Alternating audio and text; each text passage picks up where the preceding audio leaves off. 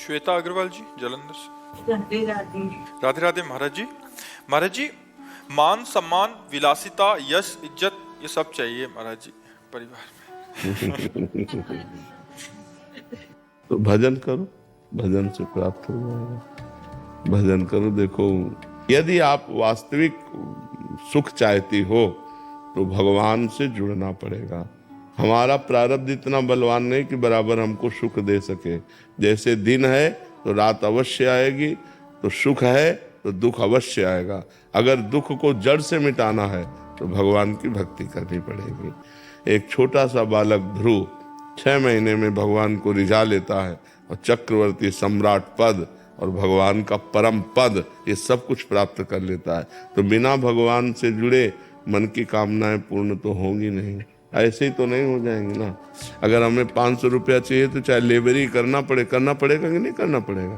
पूरा जीवन जो भगवान के मार्ग में लगाया गया, जो तपस्या की गई, तो उसका डबल परिणाम होता है। एक तो होता है लौकिक सुख और एक होता है पारलौकिक सुख। यहाँ भी सुख मिलेगा और वहाँ भी। ई परलोक सकल सुख पावत मेरी सो भैया कृष्ण गुण संचु।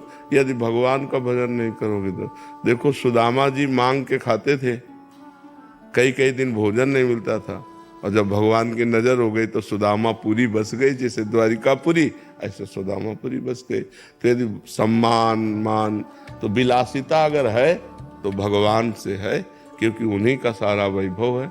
अगर उनसे नहीं है तो वो विलासिता नरक ले जाने वाली है। शराब मांस पे विचार करो, नरक जाओ, है कि नहीं। धन बढ़ा तो और क्या होगा, यही होगा। विलासिता में अगर भगवान से जुड़े नहीं, पूर्व पुण्य तपस्या के बल से धन वैभव आ गया तो इस समय यही भी भोग सुहाएगा। तो इसलिए हमें लगता है सही विलासिता प्राप्त करने के लिए भगवान का भजन अनिवार्य। भगवान का भजन करते हो, कहोगी हाँ।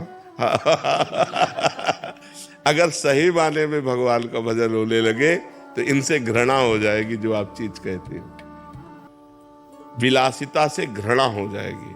तो विलासिता का अगर सही भाव प्राप्त करना है तो लक्ष्मीपति भगवान है, अनंत वैभव, अनंत ब्रह्मांडों का वैभव। तो भगवान की आराधना करो और वो दे, तब आनंद आए। क्यों? अच्छा, विलासिता कितने दिन टिकेगी जब शरीर टिकाऊ नहीं। जब शरीर विनाशी है तो विलासिता कितने दिन चलेगी। इसलिए अविनाशी भगवान का भजन कर लो और दुख सुख जैसा है उसको सह लो, तो परलोक बन जाएगा। परलोक यहाँ का सब टिकाऊ नहीं है। विलासिता यहाँ का सुख टिकाऊ नहीं। काफी सुख तो भोग ही लिए। अब आपसे पूछे आपके पास क्या है, आप सोचो आपके पास क्या है, अनुभव क्या है? कुछ अनुभव नहीं है। बस उसी की चाह है जिसका कोई अनुभव नहीं है। उसी की चाह है जो कोई टिकाऊ नहीं। अरबों बैंक में आपके जमा हो और आप मर जाओगे तो 1 रुपया जाएगा क्या आपके पास? यार बेकारे कमा के रखो। अरबों तुम्हारे काम में तो नहीं आए।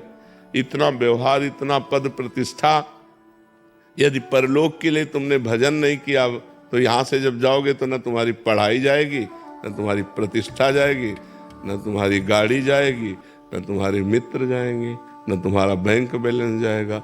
अब अगला जन्म पता नहीं इसकी कौन सा जन्म हो। इसलिए हमको चाहिए कि मनुष्य जीवन में ऐसे आचरण करें कि पाप ना हो, और ऐसे आचरण करें कि हमें भगवान की प्रसन्नता मिल जाए, हमारा अगला जन्म ठीक बन जाए। तो खूब नाम जप करो, सत्संग सुनो, शास्त्रों का स्वाध्याय करो और पवित्र आचरण करो। मांस मदिरा व्यभिचार गंदी बातें इनसे बचो तो सब मंगल हो जाएगा, तभी सब मंगल हो जाएगा। डॉक्टर शिल्पा जी। महाराज जी, आपके चरणों में कोटि कोटि प्रणाम। महाराज जी, क्या हमारे जीवन में जो भी सब होता है वो पूर्व कर्मों के फल से प्रारब्ध द्वारा निर्धारित होता है? हाँ, सुख दुख, उन्नति अवनति, जय पराजय, ये प्रारब्ध के अनुसार है।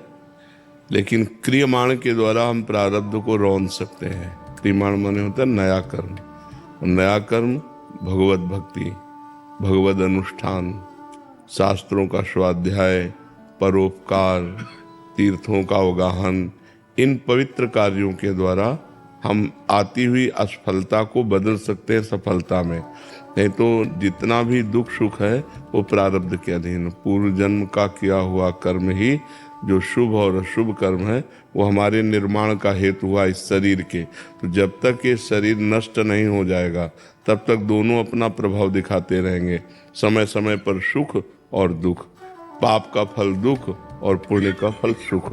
अगर हम नया कर्म अनुष्ठान करें, मनुष्य जन्म नया कर्म करने का अधिकार रखता है और कोई योनि में नए कर्म करने का अधिकार नहीं है।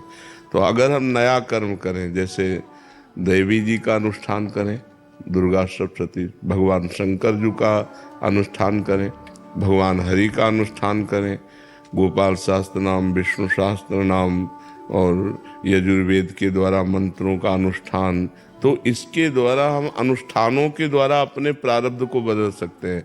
अब आजकल कोई भक्ति या अनुष्ठान में लग नहीं रहा, केवल आधुनिकता ही आधुनिकता। तो पूर्व कर्म के अनुसार सफलता या असफलता प्राप्त होती, तो सफलता प्राप्त हुई तो हर्षित हुआ, असफलता प्राप्त हुई तो शोकित हुआ, लेकिन उसकी सफलता ज्यादा दिन टिकती नहीं है, क्योंकि नया कुछ है नहीं। तो पुराना जितना हिसाब है उतना वो भोग लेगा, और नए में जो कर्म कर रहा है उसमें पवित्रता कम होती है, अपवित्रता ज्यादा होती है, मनमानी आचरण, अपवित्र आचरण होते हैं, तो उसके द्वारा कोई लाभ मिलना नहीं। अब उसका अगला जन्म भी बिगड़ गया। तो इसलिए हमें लगता है मनुष्य जन्म में सुख और दुख को सहकर भगवत भक्ति का अनुष्ठान करते हुए हम पूर्व को भी गिरा सकते हैं और आगे का भी संभाल सकते हैं। तो आगे का संभालना और पूर्व का बिगाड़ना, जो पूर्व के गंदे आचरण किए हुए फल हमारे सामने आ रहे हैं, उनसे लड़ने की सामर्थ्य ये अध्यात्म के द्वारा ही प्राप्त होगी। तो अध्यात्म को स्वीकार करना चाहिए, नाम जप करना चाहिए, सत्संग सुनना चाहिए, शास्त्रों का स्वाध्याय करना चाहिए और गलत आचरणों से बचना चाहिए। ईश्वर चंद जी बिहार से। श्री हरिवंश महाराज जी, महाराज जी आपके चरणों में कोटि कोटि प्रणाम। महाराज जी आपके आशीर्वाद से नाम का महत्व समझने लगा हूँ, सुना या पढ़ा था पहले भी, पर समझा अभी हूँ आपकी कृपा से। महाराज जी प्रश्न है कि विचारधारा और जीवन शैली के इस परिपक्व स्तर में पहुंचकर ग्रस्त जीवन जीते हुए संसार रूपी तालाब के राग द्वेष लोभ मद मोह मत्सर रूपी जल से स्वयं को कैसे अछूता रखूं, जबकि अभी तक इसी में अटका डूबा हुआ हूँ। महाराज जी जब आपको ये ज्ञान है कि ये राग है, ये द्वेष है, ये छल है, ये कपट है, तो उसके त्याग की सामर्थ्य भी तो है ना। ज्ञान में सामर्थ्य भी होती है। जब हमको पता है कि राग है, इसमें बंद करके जन्म मृत्यु के चक्कर में फंसा जाता है, राग से ही द्वेष उत्पन्न होता है, तो हम भगवान नाम जप करते हुए राग द्वेष रहित क्यों नहीं होते? होना तो आपको ही पड़ेगा। हम इसे पकड़े, अब हमें कोई छुटावे? तो ये थोड़ी हमें पकड़े, हमने पकड़ा है। ऐसे ही राग हमने किया है, कोई हमसे राग कर रहा है क्या? हम राग किए हुए हैं, हम ही द्वेष कर रहे हैं, हम ही बंधे हुए हैं, और हम ही कह रहे हैं हम ही बंधे हुए हैं, कोई छुड़ा दे। एक संत ऐसे आम के पेड़ को कस के पकड़ लिया, एक राजा से कहा मुझे छुड़ा दो, आप बहुत बलशाली हो। तो हंसने लगे, महाराज आपने पकड़ा है, आप ही छोड़ो। तो बोले हाँ, इस माया को तू ही पकड़े, तेरे को ही छोड़ना पड़ेगा। कहीं माया नहीं पकड़े, कहाँ पकड़े हमें बता? ये माया रूपी शरीर है, इसी को मैं मान लिया, इसी से राग द्वेष होने लगे।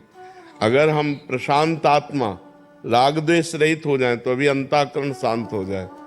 अंतःकरण में जो चिंता भय शोक है ना, प्रशांत आत्मा विगत भीर ब्रह्मचारी व्रति स्थित है। जो अपनी हर इंद्री को ब्रह्मचर्य से रखता है, राग द्वेष रहित अंतःकरण है, जो भय रहित है, वो परमात्मा को प्राप्त है।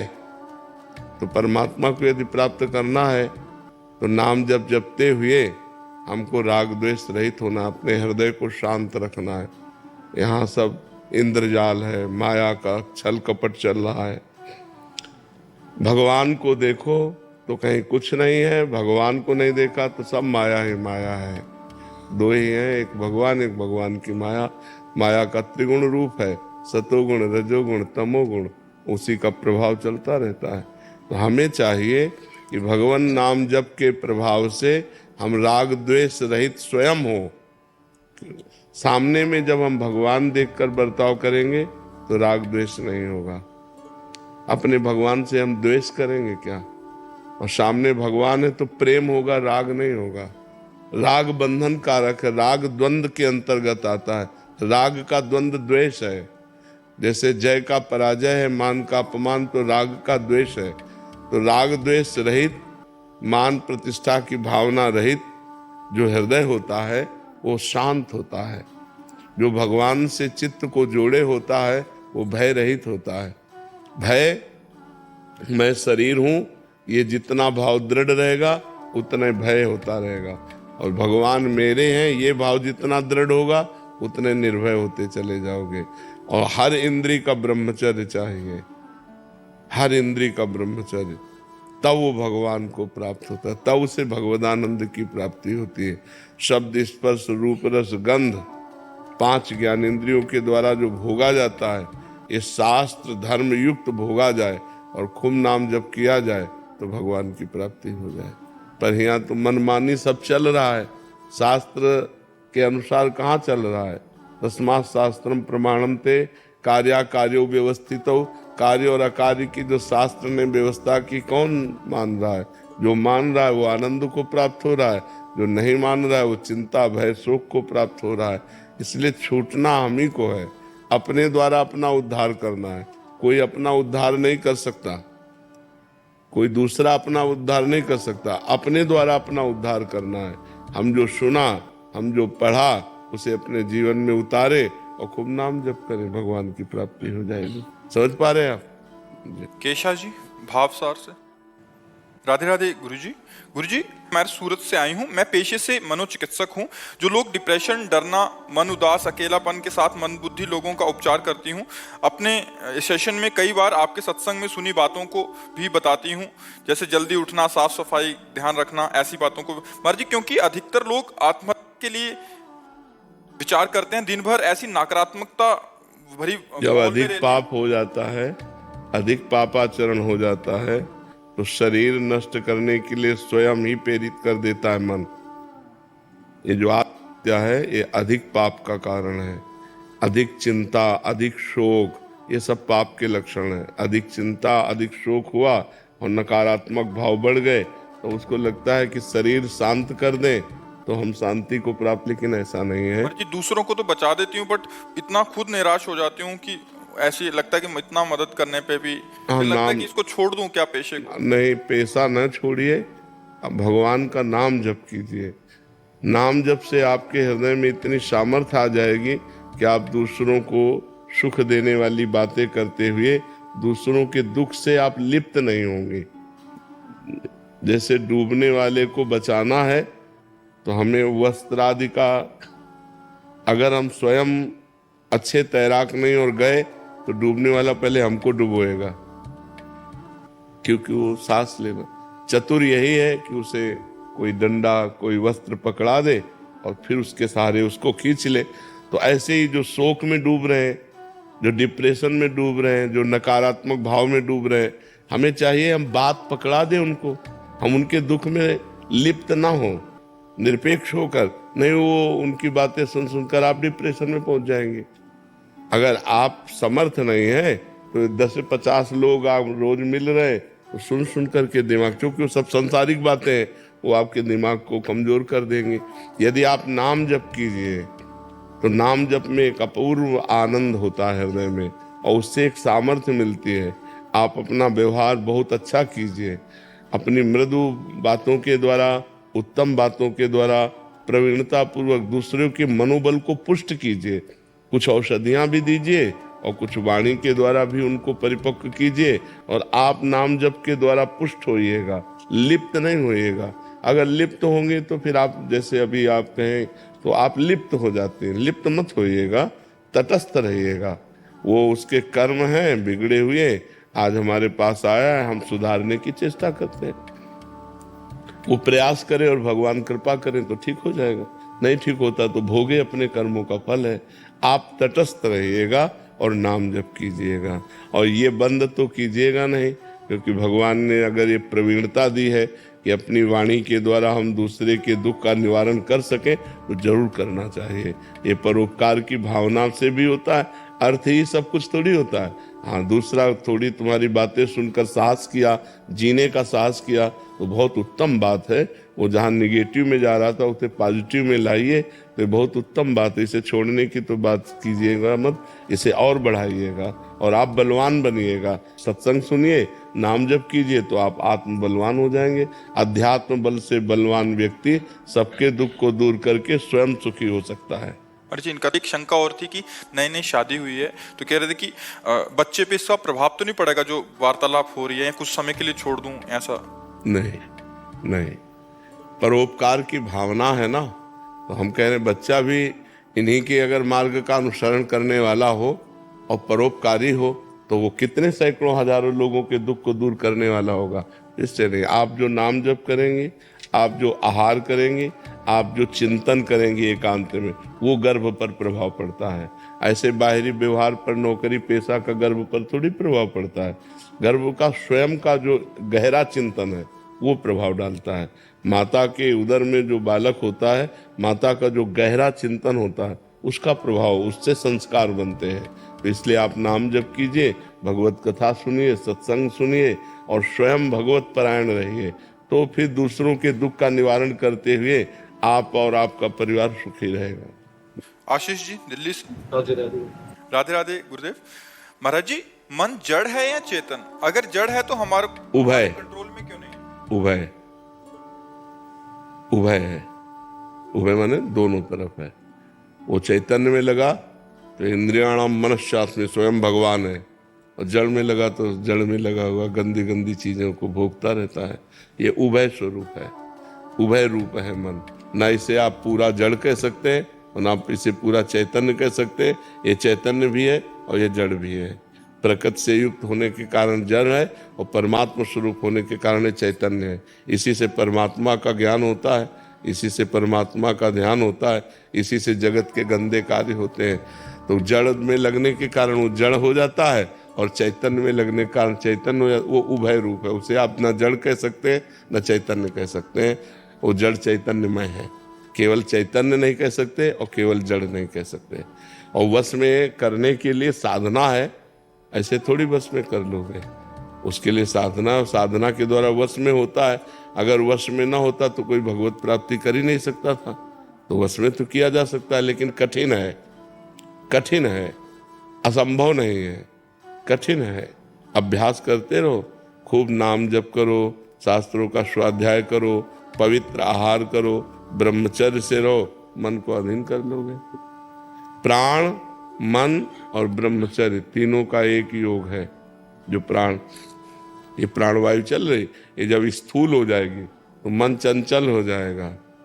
मन चंचल, एकाग्रता रहित, स्थूल प्राण। अगर प्राण सूक्ष्म, अल्पाहार करने वाला और निरंतर भगवत चिंतन करने वाला, ब्रह्मचारी व्रत में रहने वाला, तो मन को सहज में अधीन किया जा सकता है। मन सहज में अधीन हो जाएगा। अब गंदी बातें मोबाइल से देखो, गंदा भोजन पाओ, गंदे आचरण करो, मन को वश में करना चाहो, नहीं होने वाला है। पवित्र आचरण हो, पवित्र भोजन हो, पवित्र विचार तब आएंगे जब हमारा सब पवित्र। और पवित्र विचार कोई निषेध नहीं है। गलत विचारों से मन को हटाना है, गलत आचरणों से मन को हटाना है।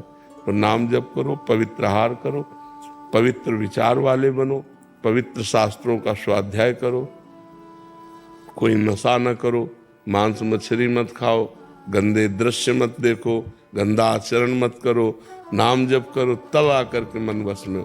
नाम जप के बिना पूरा जीवन अधूरा है। कोई भी कहीं भी हो, अगर नाम जप नहीं है तो सब बकवास है, पूरा जीवन बकवास है। नाम जप होना अत्यंत अनिवार्य है। करते हो नाम जप? तो काउंटर तो लिए नहीं माला, ले लो, वैसे करता हूँ। तो हमें लगता है शुरुआत में रखना चाहिए यार। शुरुआत में काउंटर ले लो तो उससे संख्या में पता चलेगा कि आप कितना जपते हो, तो आपका मन और उसमें लगने लगेगा।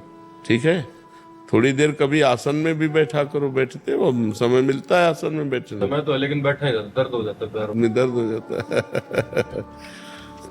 अभ्यास करो, अभ्यास करो, अभ्यास से हो जाता है। अभ्यास योग युक्त है ना। अभ्यास करो, थोड़ी देर बैठा करो, ठीक है। वाहिगुरु जी का खालसा वाहिगुरु जी का खालसा वाहिगुरु जी का फतेह। आओ बिना कुछ। महाराज जी आपके लिए ये श्री गुरु अर्जन देव जी की वाणी है। बाबा बुड्ढा साहब जी पार ब्रह्म परमेश्वर अंतर्जामी मधुसूदन दामोदर स्वामी ऋषिकेश गोवर्धन धारी मुरली मनोहर हरि रंगा मोहन माधव कृष्ण मुरारे जगदीश्वर हरि जीव असुर संहारे जग जीवन अविनाशी ठाकुर घट घट वासी है संगा धरणीधर ईश नरसिंह नारायण दाड़ा अग्रे प्रथमी धरायण मतलब 12 भगवान बामन रूप की ओ तुझ करते सब ही सेती है चंगा श्री रामचंद्र जिस रूप न देखिया बनमाली चक्रपाणी दरस अनुपिया सास नेत्र मूरत है सहसा एक उदाता सब है मंगा। बहुत सुंदर। भगति वछल अनाथ नाथे गोपीनाथ सगल है साथे वासुदेव निरंजन दाते बरन साको गुण अंगा मुकुंद मनोहर लक्ष्मी नारायणी द्रौपदी लाज निवारण उदाहरण कमलाकंत करहि कौतूहल आनंद विनोदी निसंगा